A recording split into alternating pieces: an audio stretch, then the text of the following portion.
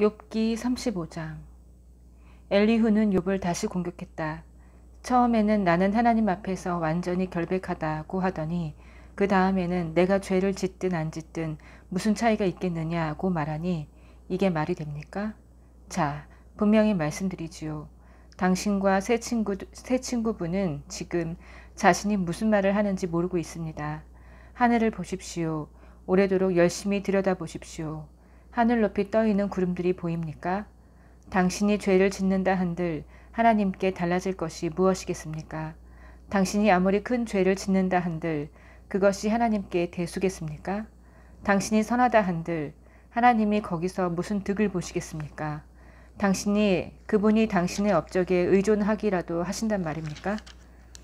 사람이 선한지 악한지에 관심을 갖는 사람들은 가족과 친구와 이웃뿐입니다. 하나님은 사람의 행위에 의존하지 않으십니다. 사정이 어려워지면 사람들은 도움을 청하며 부르짖습니다. 이리저리 차이는 신세에서 벗어나게 해달라고 부르짖습니다.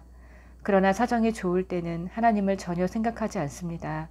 하나님이 사람들의 마음에서 노래가 흘러나오게 하시고 온 세상을 과학교실로 삼으시며 날짐승과 들짐승을 통해 지혜를 가르치실 때도 마찬가지입니다. 사람들은 오만하게도 하나님께 관심을 갖지 않습니다. 그러다 공경에 처하면 비로소 하나님을 부르지만 이번에는 하나님이 그들에게 관심을 보이지 않으십니다. 그런 기도는 순간적인 두려움을 빼면 아무 실체가 없고 전능하신 분은 그런 기도를 무시하십니다. 그러니 당신이 하나님의 응답을 기다리다 지쳤고 하나님이 세상의 문제들을 보시고 진노하셔서 뭔가 조치를 취해 주시기를 기다리다 지쳤다고 말한다 해서 하나님이 당신에게 눈길을 주실 것 같습니까? 욥이여, 터무니없는 소리만 하고 있군요. 그것도 쉴 새 없이 말입니다. 36장. 엘리후는 심호흡을 하고 계속해서 말을 이어나갔다. 조금만 더 참고 들으십시오. 납득하게 될 겁니다. 하나님 편에서 할 말이 아직 남아 있습니다. 나는 이 모든 내용을 만물의 근원이신 분께 직접 배웠습니다. 정의에 대해 내가 아는 것은 모두 나를 지으신 분이 알려주신 것입니다. 믿어주십시오. 나는 더하지도 빼지도 않고 진리만을 말할 것입니다. 정말입니다. 내가 속속들이 아는 내용들입니다. 하나님은 전능하시지만 무고한 사람을 힘으로 누르지 않으십니다. 악인들의 경우는 이야기가 다른데 하나님은 그들을 본체만치 하십니다. 하지만 그 피해자들의 권리는 보호하십니다. 하나님은 의인들에게서 눈을 떼지 않으시고 그들에게 아낌없는 영예를 베푸시며 끊임없이 높여주십니다. 상황이 좋지 않을 때, 고난과 고통이 닥칠 때 하나님은 무엇이 어디서 잘못되었는지 알려주십니다. 그들의 교만이 문제의 원인임을 보여주십니다. 그들이 그분의 경고에 주목하도록 만드시고 잘못된 삶을 회개하라고 말씀하십니다. 그들이 그 말씀에 순종하고 그분을 섬기면 오래도록 풍족하게 살 것입니다. 그러나 불순종하면 한창 때 죽어 인생에 대해 조금도 알지 못하게 될 것입니다. 하나님을 모르는 성난 사람들은 불만을 토로하며 자신의 어려움에 대해 남 탓을 합니다. 성적 방종을 일삼으며 인생을 즐기다 정력을 낭비하고 결국 한창 나이에 죽고 맙니다. 그러나 고통을 통해 지혜를 배우는 사람은 하나님이 그 고통에서 건져주십니다. 욥이여, 하나님이 절체절명의 위기에서 당신을 구해내고자 애타게 호소하시는 모습이 보이지 않습니까? 그분은 당신을 탁 트인 안전한 곳으로 이끌어내셔서 좋은 것들이 가득한 잔치로 초대하고 계십니다. 그런데 지금 당신은 악인들의 죄악을 답습하며 하나님 탓하는 데 정신이 팔려 있습니다. 당신의 많은 재산에 헛된 기대를 걸지 말고 뇌물을 써서 빠져나갈 수 있다고 생각하지 마십시오. 돈을 바쳐 빠져나갈 계획이었습니까? 당치도 않습니다. 사람들이 고통을 잊고 잠드는 밤이 되면 그나마 좀 나을 거라 생각하지 마십시오. 무엇보다 더 많은 악을 저질러 사태를 악화시키지 마십시오. 지금 당신이 고통을 겪는 이유가 바로 그것입니다. 하나님이 얼마나 강한 분이신지 알기나 합니까? 그분처럼 위대한 스승이 또 어디 있습니까? 이제까지 누가 그분께 이래라 저래라 한 적 있으며 그분을 나무라며 그거 완전히 잘못하셨네요 라고 말한 적이 있습니까? 그러니 수많은 사람들이 노래로 기리는 그분의 놀라운 일을 찬양하십시오. 누구나 그것을 봅니다. 아무리 멀리 있어도 다 볼 수 있습니다. 오래오래 찬찬히 살펴보십시오. 하나님이 얼마나 위대하신지를. 무한하신 분, 우리가 상상하거나 이해할 수 있는 수준을 훌쩍 뛰어넘는 분이십니다. 하나님은 바다에서 물을 퍼다 맑게 걸러 비구름 물통들을 가득 채우십니다. 그러면 하늘이 열리고 소나기가 퍼부어 모든 사람들을 적십니다. 이런 일이 어떻게 일어나는지, 그분이 구름을 어떻게 마련하시고 천둥 가운데서 어떻게 말씀하시는지 조금이라도 아는 사람이 있습니까? 번개를 보십시오. 하늘을 가득 채우고 깊고 어두운 바닷속을 비추는 그분의 빛의 향연입니다. 이것들은 하나님의 주권과 관대하심, 애정어린 보살핌을 상징합니다. 그분은 표적을 정확히 겨냥하여 빛의 화살을 쏘십니다. 지극히 높으신 하나님이 악에 노하여 천둥 소리로 호통을 치십니다. 37장. 그 소리가 들릴 때마다 내 심장이 멎습니다. 정신이 아득하여 숨조차 쉴 수 없습니다. 들어보십시오. 그분의 천둥 소리. 우르르 쾅쾅 우레소리로 말씀하시는 그분의 음성을 들어보십시오. 그분이 지평선 이쪽 끝에서 저쪽 끝까지 번개를 보내시면 북극에서 남극까지 온 세상이 환해집니다. 뒤이어 천둥 소리 가운데 그분의 음성이 메아리치니 강력하고도 장엄합니다. 그분은 온갖 방식으로 거침없이 능력을 드러내십니다. 그 음성을 못 알아들을 자 없으니 천둥 소리로 울리는 그분의 말씀 놀라울 따름이고 그분의 위협을 이해할 길이 없습니다. 그분은 눈에게 땅을 덮어라 명하시고 비에게 온 지역을 적셔라 명령하십니다. 누구도 비바람을 피할 수 없습니다. 누구도 하나님을 피해 달아날 수 없습니다. 눈보라가 으르렁거리며 북쪽에서 불어오고 얼음비로 땅이 꽁꽁 얼면 들짐승도 피할 곳을 찾아 제 보금자리로 기어들어갑니다. 하나님의 입김으로 얼음이 만들어지고 하나님의 입김으로 호수와 강이 얼어붙습니다. 하나님이 구름을 빗물로 채우시고 구름에서 사방으로 번개를 보내십니다. 하나님은 구름의 역량을 이리저리 시험하시고 그분의 말씀이 온 세계에서 이루어지도록 명하십니다. 징계나 은혜, 아낌없는 사랑을 베풀려 하실 때 하나님은 구름에게 일을 맡기시고 그 일이 반드시 성취되게 하십니다. 욥이여 듣고 있습니까? 이 모든 것을 주목해 본 적 있습니까? 그 자리에 가만히 서서 하나님의 기적들을 되새겨 보십시오. 하나님이 이 모든 일을 어떻게 하시는지, 캄캄한 폭풍 속에서 어떻게 번쩍이는 번개를 만드시는지, 뭉게구름을 어떻게 쌓아 올리시는지 아십니까? 완전한 지성을 가지신 분의 이 모든 기적이 어떻게 가능한지 아십니까? 찌는 듯 더운 날이면 고작해야 부채질이나 하는 게 전부인 당신이 뜨거운 양철 지붕 같은 하늘에 영향을 미칠 수 있다는 생각을 어떻게 할 수 있습니까? 당신이 그토록 똑똑하다면 하나님께 어떻게 말씀드릴지 가르쳐 주십시오. 우리는 아는 게 없어서 그 방법을 도무지 모르겠습니다. 내가 하나님께 대들 만큼 우둔한 줄 압니까? 그것은 화를 자초하는 짓이 아니겠습니까? 정신이 온전히 박힌 사람이라면 구름 한 점 없이 화창한 날에 해를 똑바로 쳐다보지는 않을 것입니다. 북쪽 산에서 찬란한 금이 나오듯 위엄에 찬 아름다움은 하나님께로부터 흘러나옵니다. 전능하신 하나님, 우리 손이 닿지 않는 곳에 계신 분, 권능과 정의가 더없이 뛰어나신 분, 그분이 사람을 불공평하게 대하신다니 생각도 못할 일입니다. 그러니 모두 깊은 경외심으로 그분께 절하십시오. 당신이 지혜롭다면 틀림없이 그분을 경배하게 될 것입니다. 38장. 마침내 하나님께서 사나운 폭풍의 눈에서 욥에게 대답하셨다. 어찌하여 너는 문제를 혼란스럽게 만드느냐? 어찌하여 너는 잘 알지도 못하는 말을 하느냐? 정신 차려라 욥. 일어서거라. 똑바로 서라. 몇 가지 물어볼 테니 제대로 대답하여라. 내가 이 땅을 창조할 때 너는 어디 있었느냐? 내가 아는 것이 그렇게 많다니 어디 말해보아라. 누가 땅의 크기를 정하였느냐? 내가 모를 리가 없겠지. 누가 그것을 설계하고 치수를 정했느냐? 새벽별들이 일제히 노래하고 모든 천사들이 소리 높여 찬양할 때 땅의 기초는 어떻게 놓였으며 그 주춧돌은 누가 놓았느냐? 아기가 태를 열고 나오듯 바닷물이 터져 나올 때 누가 그것을 감독하였느냐? 바로 나다. 내가 그것을 부드러운 구름으로 싸고 밤에는 어둠의 이불로 안전하게 덮어주었다. 그 다음에 바다의 활동 구역을 정해줄 울타리. 빠져나가지 못할 튼튼한 울타리를 만들고 바다에게 이렇게 말했다. 여기에 머물러라. 여기가 내가 있을 곳이다. 너는 이 안에서만 사납게 날뛸 수 있다. 너는 아침에게 기상, 명령을 내리고 새벽에게 작업 개시를 지시한 적이 있느냐. 그리하여 땅을 이불처럼 거머쥐고 바퀴벌레를 털어내듯 악한 자들을 털어버린 적이 있느냐.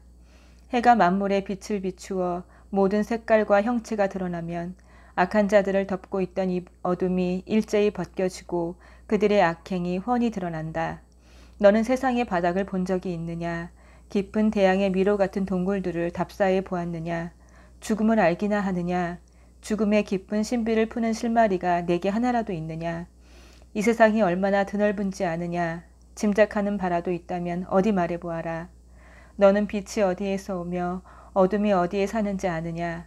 그것들이 길을 잃으면 손을 잡고 집에 데려다 줄 수 있느냐. 물론 너는 알고 있을 것이다. 어릴 때부터 그것들과 같은 동네에서 자라 평생 알고 지낸 사이가 아니냐. 너는 눈이 만들어지는 곳에 가보았느냐. 우박이 비축된 저장골을 본 적이 있느냐.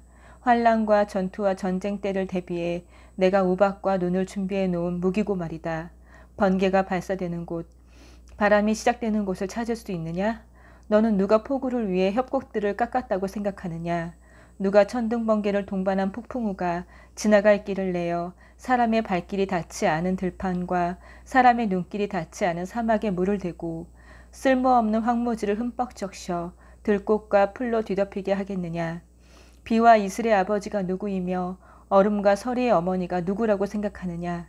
이런 놀라운 기상현상들이 저절로 일어난다는 생각 따위는 잠시라도 하지 않을 줄 믿는다만 어떠냐. 너는 아름다운 북두칠성의 눈길을 사로잡을 수 있으며 거대한 사냥꾼 오리온 자리에 추적을 따돌릴 수 있느냐.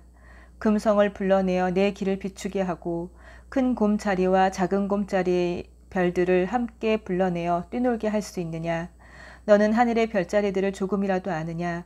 그것들이 지상의 일에 어떤 영향을 미칠지는 아느냐. 너는 구름의 주위를 끌어 소나기를 내리게 할 수 있느냐. 번개를 뜻대로 부리고 명령을 바로 수행했는지 보고하게 할 수 있느냐. 누가 날씨 분별하는 지혜를 따오기에게 주었으며 폭풍을 감지하는 능력을 수탉에게 주었느냐. 땅이 바짝 말라 쩍쩍 갈라지고 땅바닥이 벽돌처럼 단단히 구워질 때 구름을 헤아리고 하늘의 빗물통을 기울여 비를 내리게 할 만큼 지혜로운 자가 있느냐. 너는 암사자에게 먹이를 사냥해 보금자리에 움크리고 있다가 줄임배를 안고 기다리는 새끼들에게 가져다 줄 수 있도록 가르칠 수 있느냐. 까마귀 새끼들이 먹을 것이 없어 날개를 퍼덕거리며 하나님께 부르짖을 때 누가 그 어미들에게 먹이를 마련해 주느냐. 39장. 너는 산에 사는 염소가 새끼를 치는 달을 아느냐. 암사슴이 새끼 베는 것을 본 적이 있느냐. 암사슴이 새끼를 베고 얼마나 지내는지 아느냐. 몇 달 만에 만삭이 되어 몸을 굽으려 새끼를 낳는지 아느냐. 그 어린 것들은 잘 자라 금세 독립하고 어미 곁을 떠나 다시는 돌아오지 않는다. 누가 들나귀를 풀어주었느냐. 누가 우리의 문을 열어 녀석을 보내주었느냐. 나는 녀석이 거닐 만한 광야와 뒹굴 만한 평지, 탁 트인 벌판을 마련해 주었다. 들나귀는 도성에서 마구를 찬 채 괴로움을 겪는 제 사촌들을 비웃고 몰입꾼들의 고함을 듣는 일 없이 언덕을 누비며 마음껏 풀을 뜯고 푸성기를 닥치는 대로 뜯어먹는다. 들소가 너를 고분고분 섬기겠느냐? 자진해서 내 외양간에서 밤을 지내겠느냐? 녀석에게 내 쟁기를 메어 내 밭을 갈게 할 수 있느냐? 힘이 세다고 내가 들소를 신뢰할 수 있으며 놈에게 함부로 일을 맡길 수 있느냐? 들소가 내 말에 따라 움직일 거라고는 너도 기대하지 않을 것이다. 타조의 날갯짓은 부질없고 녀석의 깃털은 아름답지만 아무 쓸데가 없다. 타조는 딱딱한 땅바닥에 알을 낳고 비바람을 맞도록 흙먼지 속에 버려둔다. 그 알들이 밟혀 금이 가든지 들짐승들이 짓밟히든지 신경 쓰지 않는다. 새끼가 나와도 제 새끼가 아닌 양 소홀히 다룬다. 타조는 어떤 것보다 어떤 것에도 개의치 않는다. 분명히 말하지만 내가 타조를 영특하게 창조하지 않았고 분별력을 나누어 주지도 않았기 때문이다. 그러나 타조가 내달릴 때를 보아라. 얼마나 어찌나 잘 달리는지. 말과 기술을 우습게 여기며 크게 앞지른다. 말에게 힘을 주고 번쩍이는 갈기로 꾸며준 장본인이 너더냐. 의기양양하게 달리며 대단한 콧김으로 간담을 서늘하게 하는 말을 내가 창조했느냐. 기운이 넘치는 말은 당장 달려가고 싶어 힘차게 땅을 박차다가 싸움터로 돌진한다. 위험을 두려워하지 않고 칼 앞에서도 물러서지 않는다. 화살통이 철거덕거리고 창이 챙그랑거려도 요동하지 않는다. 흥분하여 몸을 부르르 떨다가 나팔이 울리면 전속력으로 질주한다. 나팔 소리를 들으며 힘차게 히잉하고 운다. 저 멀리서도 짜릿한 전투 냄새를 맡고 천둥처럼 우르르 울리는 전장의 함성을 듣는다. 매가 열 상승 기류를 타고 손쉽게 솟아오르며 날 수 있는 것은 내가 가르쳤기 때문이냐? 내가 독수리의 비행을 명령하고 녀석에게 높은 곳에 둥지를 틀도록 가르쳤느냐? 그래서 높다란 낭떠러지에서도 잘 지내고 뾰족하고 울퉁불퉁한 바위 위에서도 다치는 법이 없는 것이냐? 독수리는 그곳에서 먹이를 찾고 아주 멀리 떨어져 있는 먹이도 찾아낸다. 길에서 죽은 짐승의 사체가 있는 곳이면 독수리가 주위를 맴돌고 그 새끼들이 죽은 짐승의 고기를 개걸스레 먹는다. 40장. 하나님께서 욥에게 직접 따져 물으셨다. 이제 너는 어떤 말로 자신을 변호할 것이냐? 전능한 나를 법정으로 끌고 가서 고소할 참이냐? 욥이 대답했다. 너무나 놀라워 말이 나오지 않습니다. 말문이 막혔습니다. 입을 열지 말았어야 했습니다. 말을 많이 했습니다. 지나치게 많이 했습니다. 이제 입을 다물고 귀를 열겠습니다. 하나님께서 다시 폭풍의 눈에서 욥에게 말씀하셨다. 몇 가지 더 물어볼 테니 똑바로 대답하여라. 무엄하게도 내가 잘못하고 있다고 말하는 것이냐? 내가 성자가 되겠다고 나를 죄인 취급하느냐? 내가 나와 같은 팔을 지녔느냐? 나처럼 천둥 속에서 소리칠 수 있느냐? 어디 한번 기량을 뽐내보아라. 어떤 능력이 있는지 무엇을 할 수 있는지 보자꾸나. 분노를 터뜨려 보아라. 오만한 자들을 표적으로 삼아 쓰러뜨려 보아라. 또한 그들을 굴복시켜 보아라. 악한 자들을 꼼짝 못하게 한 뒤 묵사발을 만들어 보아라. 거대한 묘지에 그들을 파묻어 표석 없는 무덤 속 이름 모를 시체들이 되게 만들어 보아라. 그러면 내 도움 없이도 스스로 구원할 힘이 내게 있다고 인정하고 나는 기꺼이 뒤로 물러나 너에게 내 일을 맡길 것이다. 육쥐 괴물 베헤못을 보아라. 너처럼 내가 그놈도 만들었다. 소처럼 풀을 뜯고 온순하지만 그 허리의 힘과 배의 억센 근육을 보아라. 꼬리를 흔들면 백향목이 휘둘리는 것 같고 육중한 다리는 너도 밤나무 같다. 골격은 강철로 만들어졌고 온몸의 뼈가 강철처럼 단단하다. 내가 만든 피조물 가운데 으뜸이지만 지금도 나는 그놈을 어린 양처럼 여기저기 끌고 다닌다.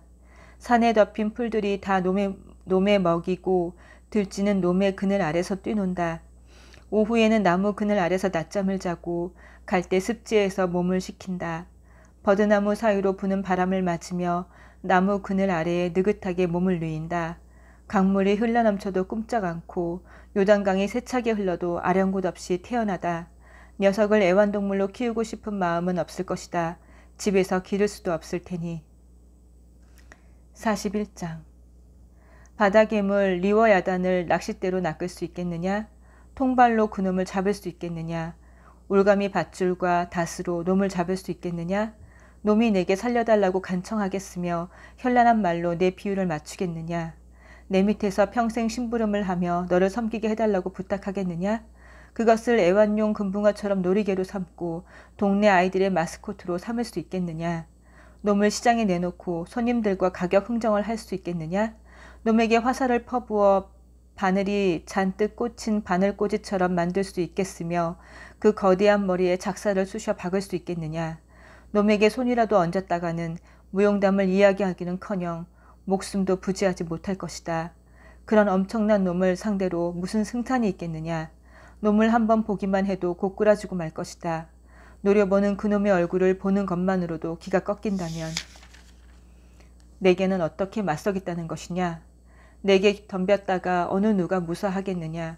이 모든 것이 다 내 것이다. 내가 이 우주를 다스린다. 바다 괴물 리워야단에 대해 할 말이 더 있다. 그 어마어마한 체구, 그 빼어난 모습 말이다. 누가 그 단단한 가죽을 뚫으며 그 턱에 재갈을 몰릴 수 있겠느냐. 흉포한 이빨들이 줄줄이 늘어서 있는데 누가 감히 그 턱을 열려고 하겠느냐. 놈의 자랑거리는 최강의 가죽이다. 그 무엇도 그것에 흠을 낼 수 없다. 놈이 자랑하는 가죽을 그 무엇도 뚫을 수 없고 어떤 무기나 비바람도 그것을 파고들 수 없다. 가죽 중에서 가장 두껍고 질겨 결코 뚫리지 않는다. 놈이 콧김을 뿜으면 온 세상이 불로 환해지고 눈을 뜨면 동이 튼다. 그 입에서는 해성들이 쏟아져 나오고 불꽃들이 부채꼴로 갈라져 나온다. 펄펄 끓는 가마에서 증기가 나오듯 놈의 콧구멍에서 연기가 뿜어져 나온다. 입김을 내뿜으면 화염이 이글거리고 그 아가리에서 불길이 흘러나온다.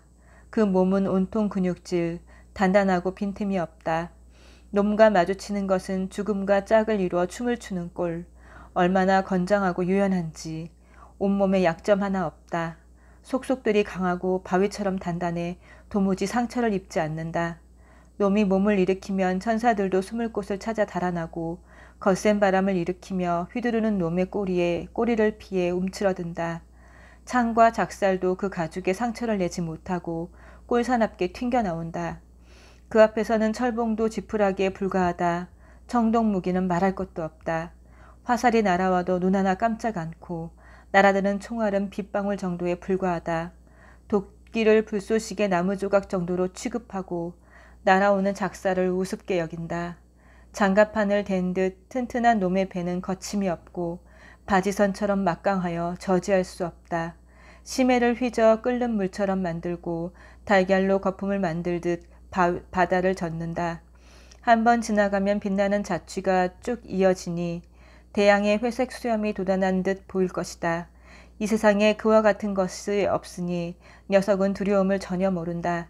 높은 자들과 강한 자들을 다 낮추어 보니 대양의 왕, 심해의 제왕이다.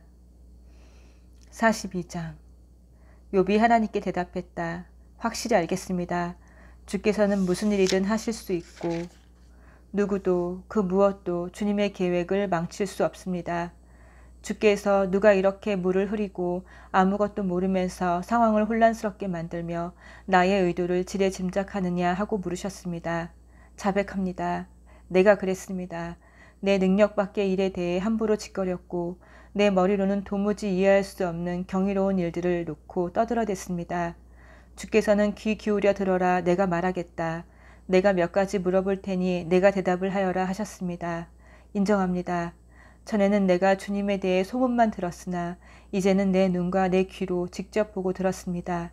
잘못했습니다. 용서해 주십시오. 다시는 그렇게 하지 않겠습니다. 맹세합니다.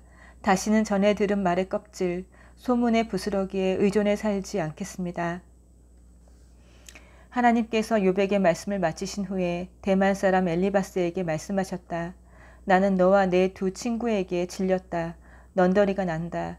너희는 내 앞에서 정직하지도 않았고 나에 대해 정직하게 말하지도 않았다. 너희는 내 친구 욥과 달랐다. 너희가 해야 할 일이 있다. 수소 7마리와 순영 7마리를 가지고 내 친구 욥에게 가거라. 그리고 너희 자신을 위해 번제를 드려라. 내 친구 욥이 너희를 위해 기도해 줄 것이고 나는 그의 기도를 들을 것이다.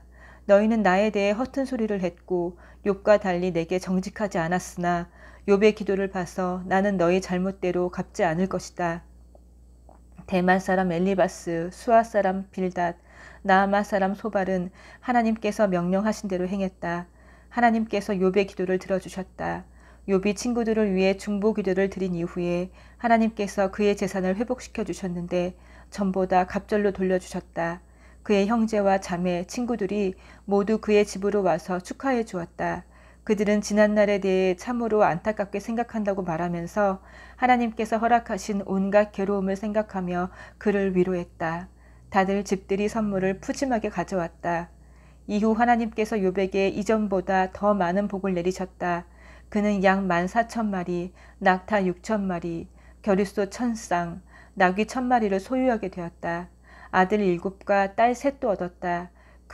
그는 첫째 딸을 비둘기, 둘째 딸은 계피, 셋째 딸은 검은 눈이라고 불렀다.